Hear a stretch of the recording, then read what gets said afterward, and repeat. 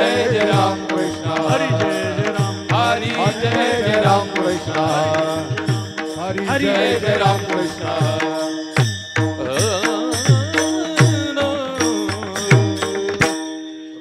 पाहता लोचनी सुख झाले वो साजणी तोहा विठ्ठल बरवा तोहा माधव तोहा विठ्ठल बरवा तोहा माधव बरवा तोहा विठ्ठल बरवा तोहा माधव बरवा रूप पाहता लोचनी सुख झाले वो साजणी तोहा विठ्ठल बरवा तोहा माधव बरवा तोहा माधव बरवा तोहा माधव बरवा रूप पाहता लोचनी सुख झाले हो साजनी रूप पाहता लोचनी सुख झाले हो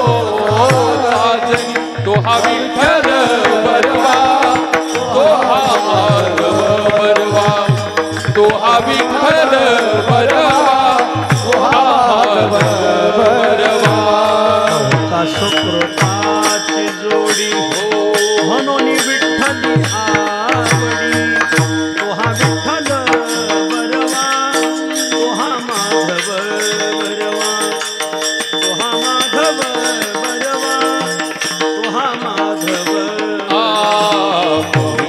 सुकृताची जोडी म्हणून विठ्ठली आवडी सुकृताची जोडी म्हणून विठ्ठली आवडी तोहा विठ्ठल बरवा तोहा माधव बरवा तोहा माधव बरवा तोहा माधव बरवा सुखाचे आगर बापर कुमा देवीवर सर्व सुखाचे आगर बापर कुमा देवीवर सुखाचे आगर बापर कुमा देवीवर सर्व सुखाचे आगर बापर कुमा देवीवर सुखाचे आगर बापर कुमा देवीवर तोहा विठ्ठल बरवा तोहा माधव बरवा तोहा माधव बरवा तोहा माधव बरवा सर्व सुखाचे आगर बापर खुमा देवीवरा सर्व सुखाचे आगर बापर खुमा देवीवरा तोहा विठ्ठल बरवा तोहा माधव बरवा तोहा माधव बरवा तोहा माधव बरवा जय जय राम कृष्ण हरे जय जय राम कृष्ण हरे जय जय राम एक मॉनिटर करा माऊली जय जय राम कृष्ण हरी जय राम कृष्ण हरे जय जय राम कृष्ण हरी जय राम कृष्ण हरे जय राम कृष्ण हरी जय राम कृष्ण हरे जय राम कृष्ण हरी जय राम कृष्ण हरे जय राम कृष्ण हरी जय राम कृष्ण हरे जय जय राम कृष्ण हरे जय जय राम कृष्ण हरे जय जय राम कृष्ण हरे जय राम कृष्ण हरे जय जय राम कृष्ण जय जय राम कृष्ण हरे जय जय राम कृष्ण जय जय राम कृष्ण हरे जय जय राम कृष्ण जय जय राम कृष्ण जय जय राम कृष्ण जय जय राम कृष्ण जय जय राम कृष्ण जय जय राम कृष्ण जय जय राम कृष्ण जय जय राम कृष्ण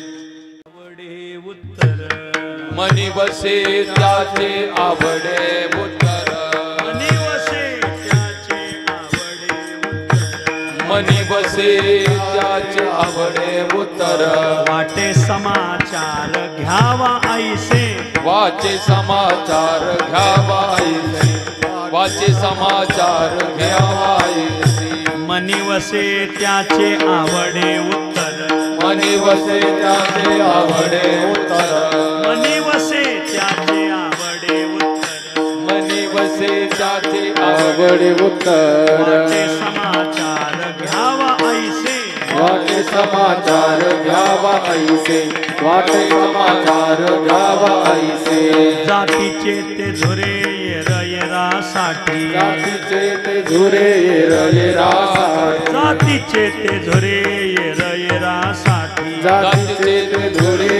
येरासाठी वियोगे ही तुटीने घे कधी योगे तुटीने घे कधी वियोगे तुटीने घे कधी भेटीची अपेक्षा वारता आदर भेटीची अपेक्षा वारता आदर भेटीची अपेक्षा वारता आदर भेटीची अपेक्षा वारता आदर पुसे नव्हे धीर मागुताले पौषे नोहे धीर मागुताले पौषे नोहे धीर मागुताले जातीचे ते झुरे येरासाठी जातीचे ते झुरे येरासाठी जातीचे ते झुरे येरासाठी जातीचे ते झुरे येरासाठी वियोगे ही तुटीने घे कधी वियोगे तुटीने घे कधी वियोगे तुटीने घे कधी तुका म्हणे माझ्या जीवाचे जीवन तुका म्हणे माझ्या जीवाचे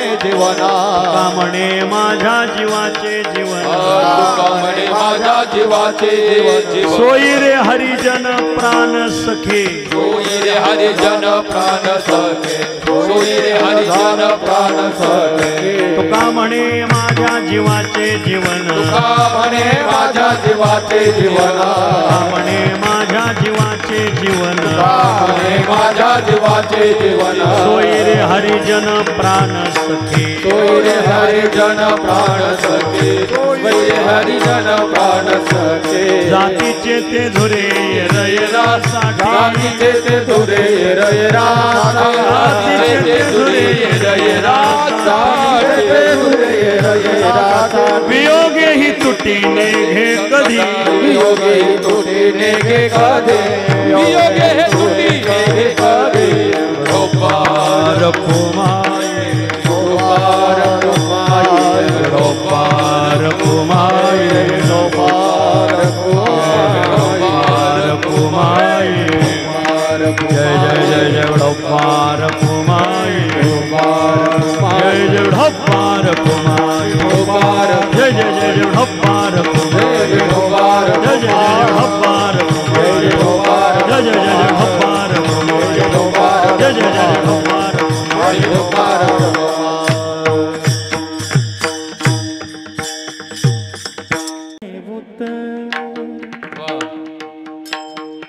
मणी वसे त्याचे बडे मनी वसे त्याचे आवडे उतर मनी वसे त्याचे आवडे उतर मनी वसे त्याचे आवडे गोतर मनी वसे त्याचे आवडे गोतर मनी वसे त्याचे आवडे उतर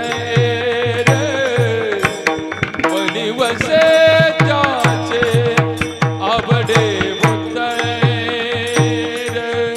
वाटे समाचार घ्यावाई वाटे समाचार घ्यावा ऐसे जातीचे ते झुरे येरासाठी जातीचे ते झुरे येरासाठी वाटे समाचार घ्यावा ऐसे वाटे समाचार घ्यावा ऐसे जातीचे ते धुरे येरा जातीचे ते धुरे येरा येरा साठी योगे हे तुटी ने गे कधी ने